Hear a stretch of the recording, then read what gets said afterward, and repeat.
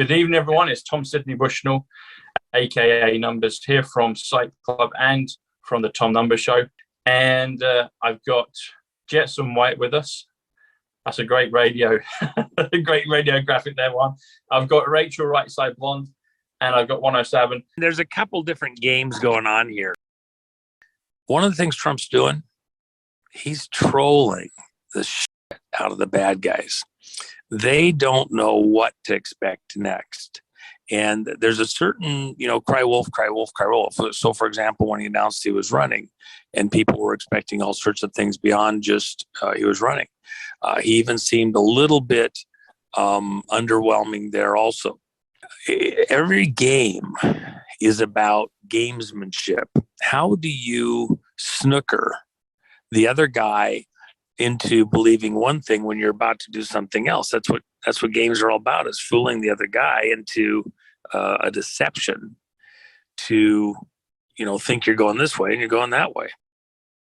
The trump card in card playing is also known as the matador, the killer.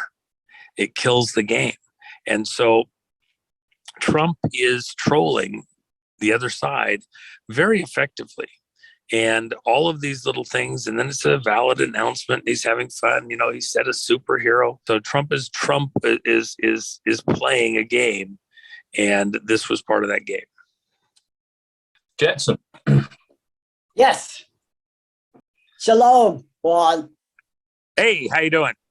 I'm great. I've got a quick update for you on the Kid by the Side of the Road audiobook project. Yes. All right. Going to read it so I can just get it out. It took a while to find voice talents who were willing to be involved with the content, but this summer, 3 patriots came forward who volunteered their time and talent. And thanks to them, all the recording has been completed for chapters 1 through 3. And that's all. Wow, that's very cool. Thank you. And I've been, if I may give those 3 patriots a quick public acknowledgement. They are voice talents. Ellen Papa, who did all of chapter 1, a chap named Patriot Underground, who you might have heard of, he did chapter 2, and Robert Chandler did chapter 3. And all of them are extremely honored to be associated with this book, Juan. And I'm releasing it in 15-minute increments via my Rumble channel. And chapter 2, part 4 just posted today. And I'll have chapter 2 out done, in the next 2 weeks, because I'm releasing 1 a week. And then what I do when I get them all released in these 15-minute increments, I put them all together into one. So the chapter 1's already out there in 6 parts, plus it's all together in one. Chapter 2 will soon be ready all together as one, and then chapter 3 will begin releasing. That's very beautiful. I appreciate everybody's efforts there, and I hope that people really do get some enjoyment out of it. And trying to help people to put this moment in history into a context. I don't think it's wasted time, and so I'm feel very it's quite something to get to enjoy, that you have something out there that maybe helps people to think again and understand this moment in history, more clearly. Right. Like you say, it's not over yet. So it's not too late to get the truth out from those books. 2020, it's not over yet. Yes. I did the gems on that. They're really good. Now, I've got one more thing. I've got a question, yes. Juan. There's a curiosity on the back cover of both editions, 1 and 2, the one with Trump on the back and the one with the Melania. It's a pre-printed postmark with 11/4/2020, and it also says Savin Hill, Boston. So one day I decided to map the location of the JFK Presidential Library, and I noticed that this area of Boston not only has a Savin Hill, but a Savin Road, a Savin Park, a Savin Yacht Club, a Savin Beach, etc. So I'm curious why Savin Hill is printed on your book. Could it be connected with your name choice? Well, someday I'll talk more about some of that. There's there's a particular history there that we'll save that for a rainy day out in the future, but it's a lot of fun. And, it's not as happenstance as, might otherwise be thought at different times. I feel like I'm on What's My Life. Could it be connected to your childhood? No, actually not. Not connected to my childhood, no. Okay. Flip the card over. I didn't get that one. Now I've got one more thing to point out in the book area. I know you're releasing a new book, The Storm, is coming out. And should you decide you'd like it professionally recorded, I know some patriots who would be honored to help out. Well, it's going to be, it's shortly. I had to delay because we had a paper issue and then a printing issue, and I did end up making a change. We did set a date for the print in mid-January, and it'll take about a week and a half to print and then bind. And so somewhere in that zone, that's when it'll be out. And I've got some obligations for just that first 1,100 books, and then the rest will go out after that. So it'll be a very fun period. I may, in fact, do that one myself. So we'll see. Great, but love to. We'll see how it breaks. I have a super tight schedule over the next month and a half, and then the 4th edition, actually, I'm hoping to have ready by late spring, because that's actually more important. Even the Storm edition will be a very limited print, and the 4th edition is actually going to be really much more important, much larger, and because that's how do we build our way back out of this and do what we have to do to get America back on track. So, that's where it's at. I wouldn't be alone in saying we prefer that you recorded it, of course. Oh no, part of the reason that it's fun to have somebody else read this stuff is the pacing, the intonations. Everybody's a little bit different, and I actually get a lot of satisfaction. I hear things differently when somebody else does it, because I've written quite a large number of articles under a couple of pen names over the years. And when I hear other people read the material, it's even fun for me to hear it again and in somebody else's voice. I enjoy it tremendously. So, I think, actually even the book is 4 interviews that I did with people several years ago that were put to print.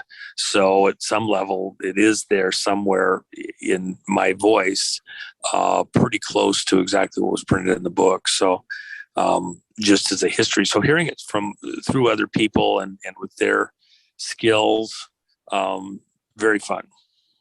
Yes. Now, Tom, I've got a question for Juan that you might be interested in. It has to do with Tesla. Could I ask that question? Yeah, go on, Billy. Yeah. All right. Thank you, sir. Okay. Juan, you've mentioned on Tom's show that you've been known to attend Tesla events. So do you have any anecdotes about Tesla events you've attended? Well, I've spoken at a few, and there's something there that down the road somewhere I'll talk about that also, but not precisely, anytime soon. I don't plan on. But Tesla himself, one of the things people don't really actually realize, Tesla was a kind of a ladies' man, and he was a pretty handsome guy, tall, lean. He was actually in pretty good shape, and yet he, especially in his younger years, and of course successful in his own vein, and there were a number of very well-to-do socialite women that would have enjoyed to be Mrs. Tesla, including Morgan's daughter. And of course, Morgan's daughter really pushed hard when she ended up not getting him to marry her. Then that was part of the thing in the background where Dad, if he'd been part of the family, he might have been more manageable. But Tesla said something interesting. He said he didn't know of any married men who had ever, go name the married man who made some great invention that did something, amazing in the world of creative invention, design, etc. And the problem is that it's very hard to lead a married life with all the responsibilities and attachments like that, and then go through that creative phase. Tesla would stay awake for days at a time with only short naps here and there when he was in the creative phase. And part of the thing too that Tesla, not very many people know this, he would build something that he was building entirely in his mind. He would visualize, literally, he could, lean back on his couch, visualize every single part and piece, the size, the way that it would be put into play, how the energy or the air, whatever gas might be, what it would react like in a vacuum or in a charged environment. And he would go through in his mind exactly how it would function once he had completed building it entirely in his mind, and then working through, it would work because of this, it wouldn't work because of that, this would fail, this would be weak. After he had done the mental exercises of building it, designing it, building it completely inside of his mind, then he would put it to paper. And he was actually, Alexander Graham Bell was a contemporary. And he thought that Bell would waste tremendous time in building all sorts of variations of things that was a waste of energy, a waste of resources to build it, just to find out that it didn't work and why. When Tesla had enough technical expertise and understanding that virtually every time he built something, he built it to scale, and he built it exactly as he designed it on paper, which he had done in his mind, and was only putting what he had in his mind on paper. And all of those inventions they didn't have virtually any trial and error. And that's why he could do so many inventions, is he didn't waste his time and his resources on things that didn't work, trial and error, because he was so precise in what he did in his mind. And he credited a divine inspiration, capability, God-mindedness, because he believed everything he was doing was for mankind, to help mankind out into the future. So when you look at what our modern society is, in large measure, a vast swath of things that we use today are extrapolations of things that Tesla brought to pass 100, 120, 130 years ago. And we're literally on the shoulders of this giant in our world today. Howard Hughes believed that Tesla was the greatest mind ever given to humanity. He looked forward every year on Tesla's birthday, July 10th. Howard Hughes treated it like Christmas. His mom started it with him when he was very young, and he would go to the newsstand waiting for all the publications talking about anything Tesla had released, because Tesla would give the world a birthday gift on his birthday. Instead of receiving gifts on his birthday, Tesla gave the world gifts on his birthday. And it is an interesting aside that Tesla was born on July 10th, 1856, and died, was murdered by many accounts on January 7th of 1943. A 107 and a 17 or two 17s. Yes, indeed. Well, yeah. And so, what a beautiful gift to humanity. Nikola Tesla, he advanced our world radically in the few short years that he was here.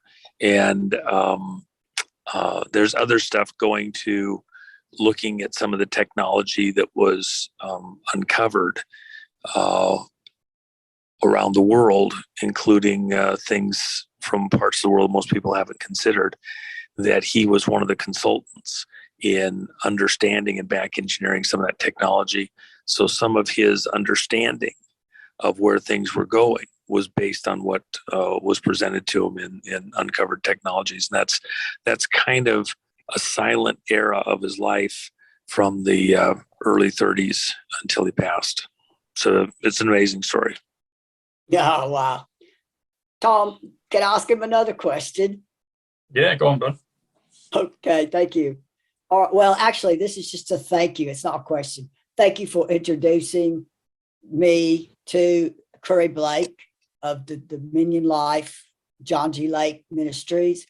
I've been a certified divine healing technician for over a year, and I could literally fill a book with all the miracles I see daily because I'm applying what I'm learning. And we had a chat. I was hosting a Zoom class. My friend and I, Nancy, were hosting a Zoom class for the DHT. And we had a chap in there for a bit who said he saw you at one of Curry's DHT crash course weekends. Yes. Yeah. Of Curry Blake, the reason that I actually enjoy the services that Curry has, the teaching sessions, he's not Elvis from the pulpit. So many of the people in ministry make it about the showmanship, the personality. It upstages almost this hand of God thing. And let me just qualify that. Their services, I was at a service several months ago at a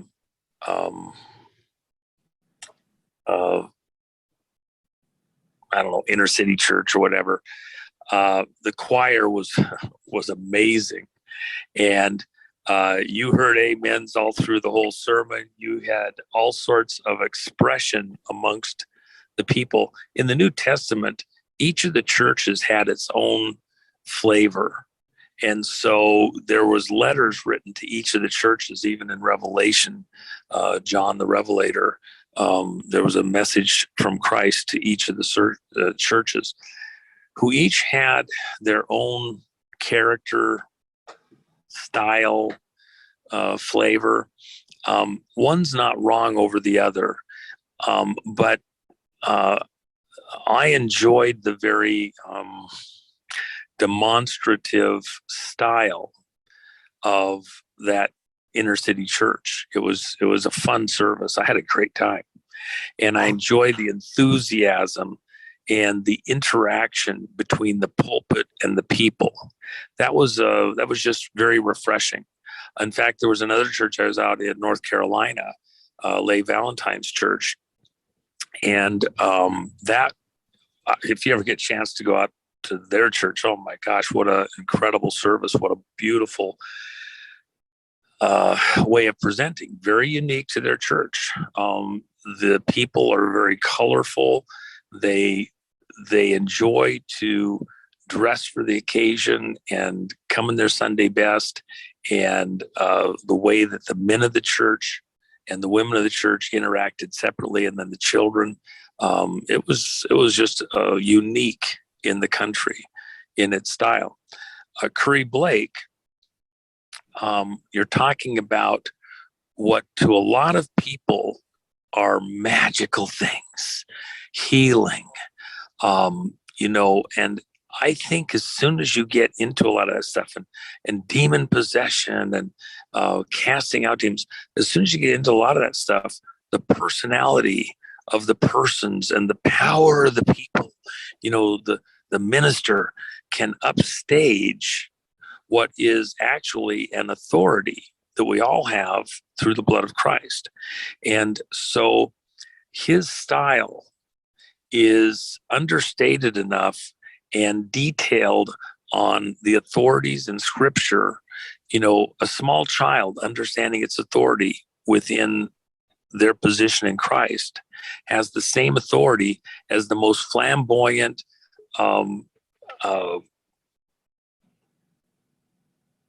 minister who's been around for forever. So once you understand your authority within Christ, within the blood of Christ, it takes away the need.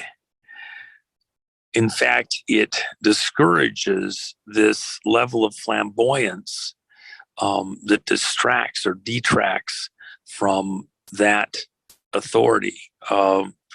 Does that make sense to you? I mean, isn't that what you're saying too? It's that's why I love Curry. He's actually a little bit bland in some ways, but once you get used to him, his sense of humor is just it's killer. Right. Oh yeah, I completely understand. And there is so much power. A small group and we're starting to tap into that power. We're creating our own ecclesia, our own ruling governmental councils, and we're seeing things that are happening. It's like we'll make a decree one a week, and then we'll look for the proofs of it, and they're out there. We are changing the world, literally. It's unbelievable. Yeah. One more, Tom.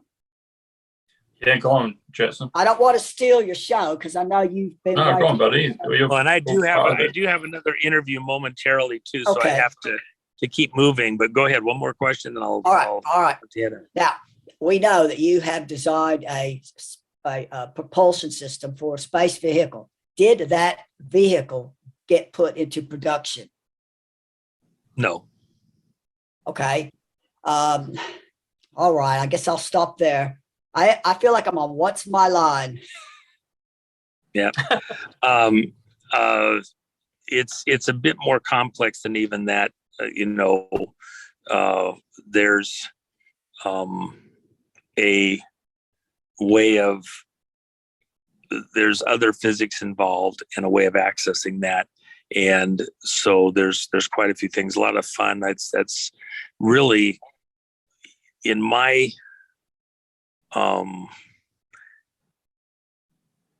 people sometimes ask me, why am I doing this? And what's the point? Why am I doing all this? Because I look forward to getting stability back in the world so we can do what we're intended to do as a people, as a planet, and build out even off this world to go to the other places.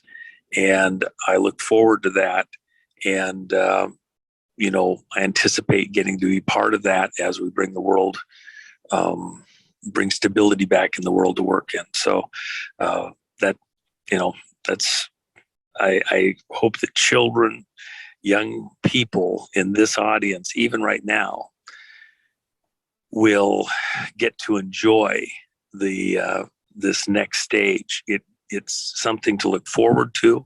It's going to be amazing. It's going to be challenging, exciting. And we have some work to do to get through this stage. But, we have an amazing future as a planet ahead of us. We have to go through this, get control of the technocracy, the machines, the people that would hand over our future to godless, heartless machine control.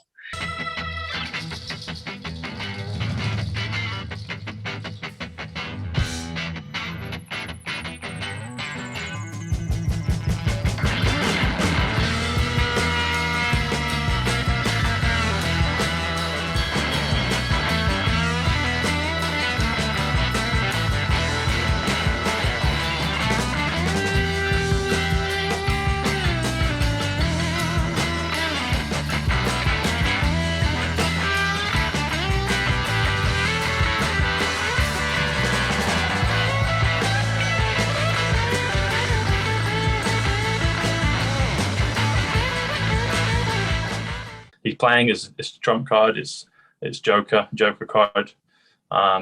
Very cool. Well, the Joker Very card is not just a Joker; it's a wild card.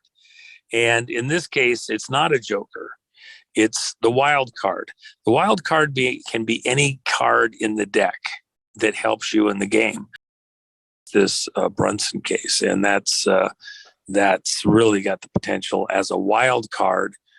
They come in and it collapses this whole house of cards over at the house, and you remove 2/3 of the members of the House and Senate in one fell swoop.